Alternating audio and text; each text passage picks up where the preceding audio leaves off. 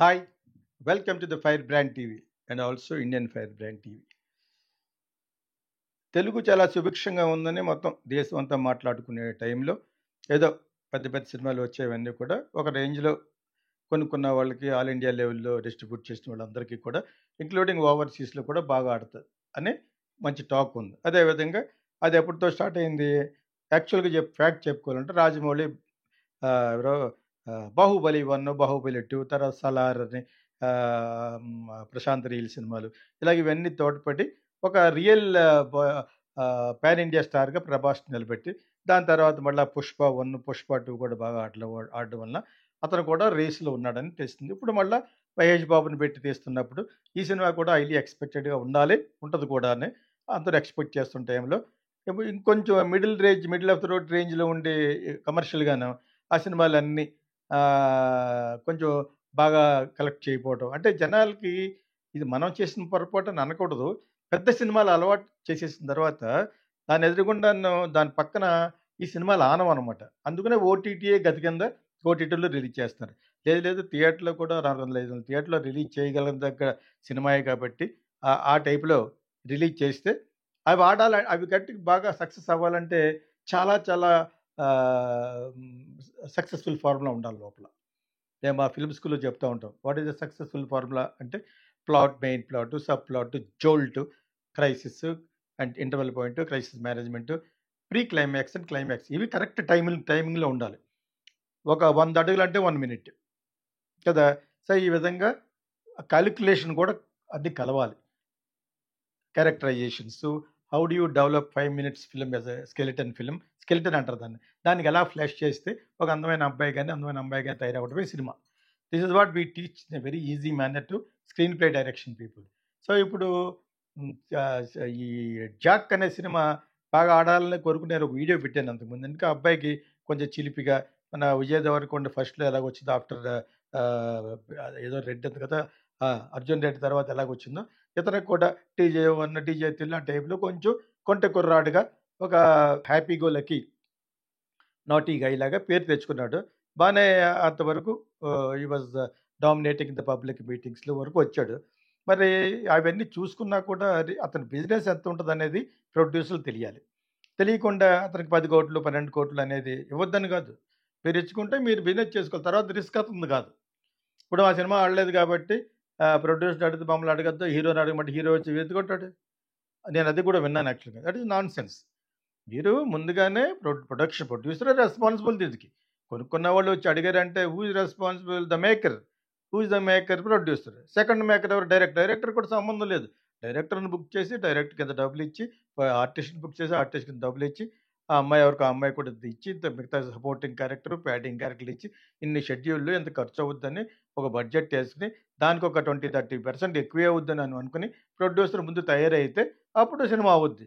Cinema పోయిన తర్వాత దాన్ని వరుసగా కొనుక్కున్న వాళ్ళు ఎవరుంటారు? అడ్వాన్స్ ఇచ్చి నాన్ రిటర్నబుల్ అడ్వాన్స్ ఇచ్చినోళ్ళు, కొనుక్కున్నవాళ్ళు, ఔట్ రేటోళ్ళు దెబ్బతింటారు. సినిమా డిజాస్టర్ అయితది. డిజాస్టర్‌తో కాబట్టి ఈ 'జాక్' డిజాస్టర్‌తో మళ్ళా ఏమనిపించిందంటే తెలుగు సినిమాకి సెకండ్ గ్రేడ్ సినిమాలకి దరిద్రం ఏర్పడింది. బికాజ్ మీరు ఆ బడ్జెట్ కంట్రోల్ లేదు. ఏదో వీడితో తీసేస్తే ఆడేస్తది. ఇలా తీస్తే ఆడేస్తది. చాలా కంట్రోల్‌గా ఉండాలి. అందుకనే ఇందాకే చెప్పాను 'తగ్ లైఫ్‌లో' వాళ్ళ ముగ్గురు షేర్ చేసుకున్నారు. కమల్ హాసన్ రెమ్యూనరేషన్, ఎవరు 'బలిరత్నం' రెమ్యూనరేషన్. ఓకే. టెక్నీషియన్ అందరూ కాదు. వీళ్ళిద్దరే మెయిన్ కాబట్టి ఆ రెమ్యూనరేషన్ తోటి వాళ్ళకి బ్యానర్స్ ఉన్నాయి కాబట్టి ఆళ్ళ బ్యానర్‌లు పార్ట్నర్‌షిప్‌గా ఉంటూ 'రెడ్ జైంట్' అనే ఒక పెద్ద డబ్బులున్న కంపెనీ. స్టాలిన్ కొడుకు కంపెనీ అది. ఓకే. ఉదయనిధి స్టాలిన్‌ది. వాళ్ళు 80% సినిమాల్లో వాళ్ళు చేస్తున్నారు. 20% సన్ టీవీ వాళ్ళు కొంటున్నారు. వాళ్ళు డైరెక్ట్‌గా కొనేసి కొంటున్నారు. తీసేసి కొంటున్నారు కూడా. సో, అక్కడేంటి నలుగురు కలిసారు కాబట్టి రేపు నష్టం, లాభం అనేది వాళ్ళ రెమ్యూనరేషన్‌లో పోతది. నీకు 100,00,00,000 అనుకుంటే 50 వచ్చిందంటారు. రేపొద్దున సరిగ్గా ఆడకపోతేనే. మళ్ళీ అతనికి ఒక 50 అనుకోండి. అతనికి నీకు 15 వచ్చిందనో అలా మాటడతారు. ఇలాగ రిస్క్‌గా ఉన్న ప్రాజెక్ట్‌లు I am just trying to give you idea. Let all first share. ఇప్పుడు ఆ అబ్బాయికి 12,00,00,000, 10,00,00,000 ఎందుకు ఇచ్చారు అని ఎవడో అంటున్నాడు.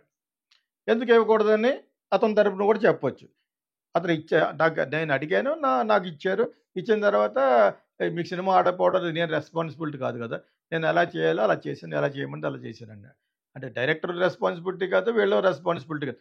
అది టూ బిగ్ ఏ మూవీకి అలా అడిగి అనేవారు రజనీకాంత్ సినిమా. వాళ్ళెవరు కూడా ఇవ్వలేదు. ఇచ్చారని అది పబ్లిసిటీ ఇచ్చి ఏదో ఒకడికి ఇవ్వడం, పబ్లిసిటీ చేసుకోవడం. కొచ్చాడియానికి ఎవరికీ ఇవ్వలేదు. అదేవిధంగా అల్లు అరవింద్, చిరంజీవి వాళ్ళ సినిమాలు కూడా ఇచ్చారంటారు. ఇంక్లూడింగ్ పవన్ కళ్యాణ్ సినిమాలు కూడా ఇస్తానని చెప్పి ఇవ్వలేదు. ఆడెవడో ఏలూరు నుంచి లబోదిబో అని ఏడిస్తే కూడా ఆ యూట్యూబ్‌లో అయి కట్ చేశారు. సో ఇవన్నీ మనం వింటూనే ఉన్నాం యాక్చువల్‌గాని. ఇవన్నీ జరగవు. ఒకసారి వ్యాపారం చేసిన తర్వాత ఆ వ్యాపారం వల్ల నష్టం వస్తే కొనుక్కున్న వాళ్ళందరూ మా డబ్బులు మాకు ఇచ్చేయండి ఎలా ఉంటది? అలా ఉంటది. సో ముందుగానే మేలుకొని వీళ్ళందరిని కూడా షేర్ హోల్డర్స్ చేయండి. ఒక 30,00,00,000 సినిమా అయితే అందులో 20,00,00,000 మేజర్ పీపుల్ రెమ్యునరేషన్ అనుకున్నప్పుడు వాళ్ళకి రెమ్యునరేషన్ ఇవ్వకుండా వచ్చిన తర్వాత ఈ పర్సెంటేజ్ ప్రకారం తీసుకోండి. నీ 10,00,00,000 అన్నప్పటికి 20 రావచ్చు రేపొద్దున. 30 రావచ్చు. సినిమా బంపర్ ఒక బ్లాక్ బస్టర్ అయితేనే. ఆ విధంగా చేయండి. చెబితే మానేయండి. ఇప్పుడు ఎవడు తీయొద్దన్నాడు. అంతకుముందు బొక్కలుంటాయి కొంతమంది ప్రొడ్యూసర్‌లకి. అక్కడ ఇక్కడ ఈ సినిమాలో కవర్ అవుద్ది.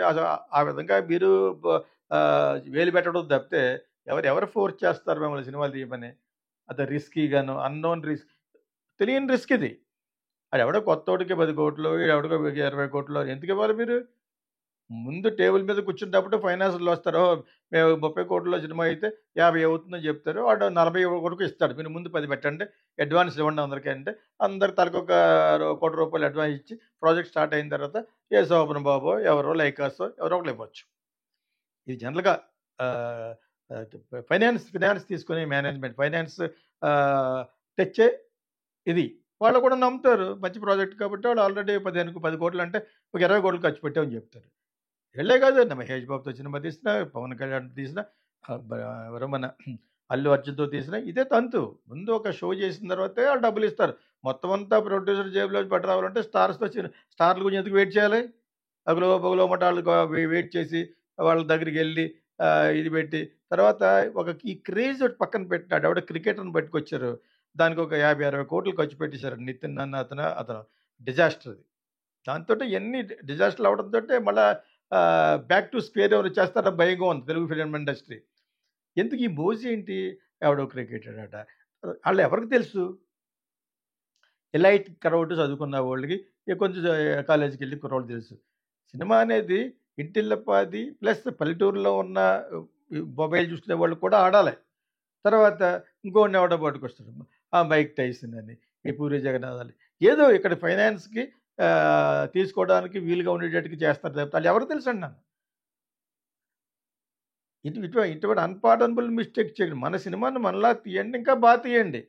ఫారెన్ ఫైటర్స్ టెక్నీషియన్స్ పెట్టిరండి. కెమెరా పీపుల్ పెట్టిరండి. ఆ కెమెరా కూడా అవసరం లేదు. ఇక్కడ బ్రహ్మాండం తీస్తారు. ఇక్కడ కూడా తక్కువ రెమ్యునరేషన్ లేదే. ఈ రవికి చంద్రన్ వీళ్ళందరూను. ఈ ర్యాండీ వీళ్ళందరూను. వాళ్ళకి కూడా ఇంకా బాగా తీయాలి. వాళ్ళకి అలవాటు అయిపోయింది. తెలుగు వాళ్ళకి పెద్ద ఇది లేదు. ఏదో కొంచెం తీస్తే ఏముంటది కెమెరా పెడితే వస్తుంది. What is that? లైటర్ ఇస్తే వస్తుంది. ఒక 5, 6 జనరేటర్లు ఇచ్చి ఒక ₹1,00,00,000 లైట్లు ఇస్తే లాస్ట్‌లో బిల్లు 5, 6 కోట్లు అయితే ఎవడైనా తీయగలడు. నేను ఆళ్ళు గాలి తీస్తున్నాను కాదు. తీయటంలో వాడాగా జై హనుమాన్‌లాగా వెళ్ళిపోయి తీయడు. లైట్లు అవన్నీ ఇస్తే there are beautiful camera equipment today. So, ఇక్కడి నుంచి ఎళ్లి ఎక్కడికెళ్ళినా కూడా బొమ్మే. విశ్వనాథ్ గారు డైరెక్టర్ అయినప్పుడు ఆయన అదుత్ సుబ్బారావు గారి దగ్గర అసోసియేట్‌గా చేరతాకెళ్ళినప్పుడు ఆళ్ళ నాన్నగారు అన్నారట. "నీకు ఉద్యోగం వచ్చింది విజయాలో ఏదో సౌండ్ ఇంజినీర్‌గా చక్రపాణి గారు. ఆయనకు ఒక మాట చెప్పి నీకు ఫుల్‌గా సాలరీ ఇస్తారంటే ఈ జాబ్ వదులని" చెప్పారు. అదుత్ సుబ్బారావు గారు రమ్మంటే ఎళ్ళింది. సో, అక్కడికెళ్ళి మా నాన్నగారు ఒప్పుకున్నారంటే, "కాకపోతే మీరు ఫుల్‌గా సాలరీ ఇవ్వాలి నాకు. మీకు సినిమా ఉన్నా లేకపోయినా." "ఓకే ఇస్తానులేవయ్య" అని అన్నారు ఆదిత్య సుబ్బారావు గారు. తర్వాత నాగిరెడ్డి చక్రపాణి గారి దగ్గరికెళ్ళి అడుగుతాను. ఇక ఆయనే నాకు ఉద్యోగం ఇచ్చారు. కానీ ఆయన దగ్గరికెళ్తే "మీరు నాకు ఉద్యోగం కూడా చాలా సంతోషం సార్." అంటే విశ్వనాథ్ గారి ఫాదర్ అక్కడ అకౌంటెంట్ చందమామ అండ్ వాహినిలో. ఆ పరిచయంతోటి అతనికి జాబ్ వచ్చింది. ఆయన అక్కడ ఇది మాకు ఆయన చెప్పారు. కెమెరా యాంగిల్ గురించి చెప్పినప్పుడు ఇది చెప్పారు. చక్రపాణి గారు ఈజ్ గ్రేట్ పర్సన్ ఆయన అన్నారట విశ్వనాథ్ గారితోటి. విశ్వనాథ్ గారితోటి. "వెళ్ళవయ్యా మంచి డైరెక్టర్లు కావాలి. చూడు మన కేవీ రెడ్డి గారు ఎంత గొప్ప డైరెక్టర్. ఆయనే మేనేజర్ నుంచి డైరెక్టర్ అయ్యాడు. ఈ ఆది సుబ్బారావు గారు. ఇంకా వీళ్ళందరూ ఉన్నారు కదా! వాళ్ళందరి దగ్గర ఎళ్లి పని చేయి.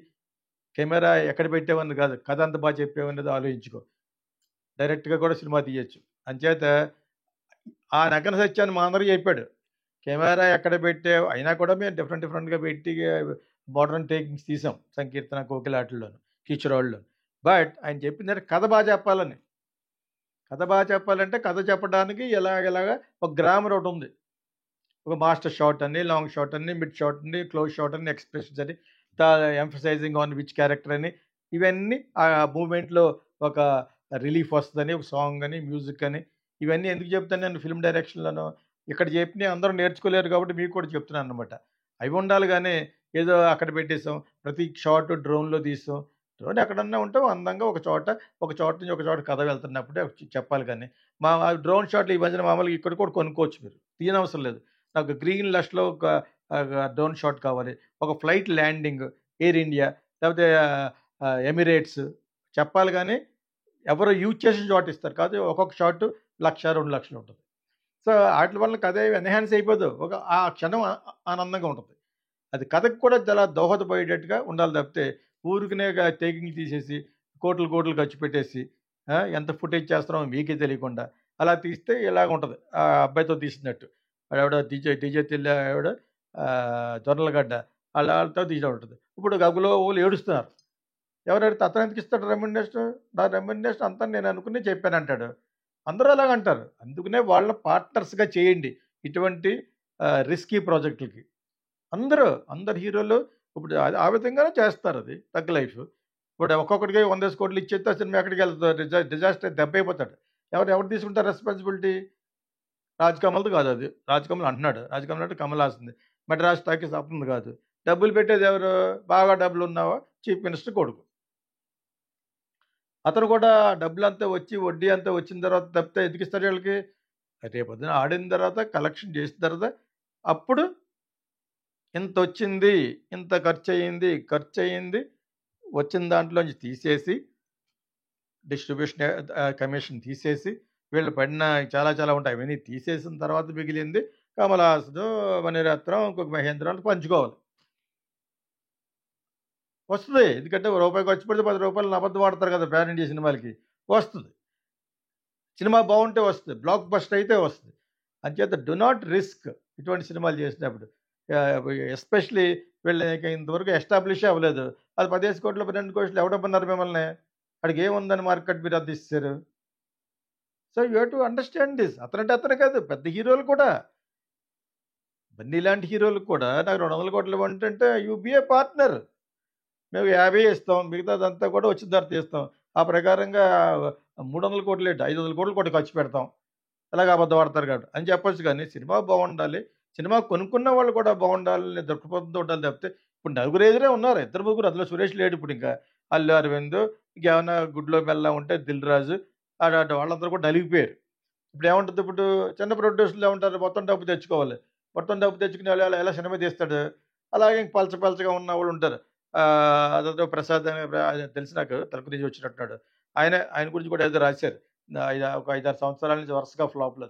ఆ టైటిల్ చూస్తుంటే నాకు ఒక టైటిల్ కూడా తెలీదు. అయి ఎప్పుడు తీసావో కూడా తెలీదు. మరి అటువంటి ప్రాజెక్టులు ఎలా తీస్తారో, ఎందుకు తీస్తారో అనేది ఆయనకే తెలియాలి. BVS Prasad. So whatever it is. నష్టపోయిన వాళ్ళ పేర్లు చెప్పమంటే చాలామంది ఉంటారు. సో వాట్ ఐమ్ టెల్లింగ్ ఇటువంటి ప్రాజెక్టులు చేస్తున్నప్పుడు వాళ్ళని పార్ట్నర్స్‌గా చేయండి.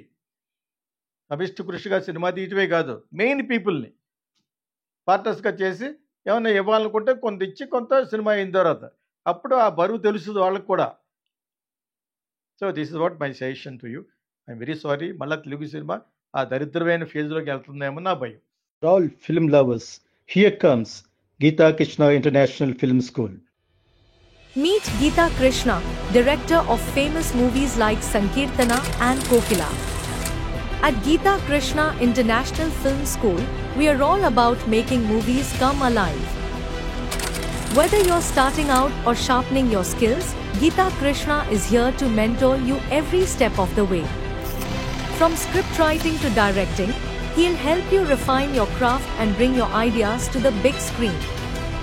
Join Geeta Krishna International Film School for acting course, screenplay, direction course, line producer course, ad film making, news anchoring, dubbing, voice over and more. We offer long term for 5 months, mid term for 4 months, short term for 2 months. DM for more details.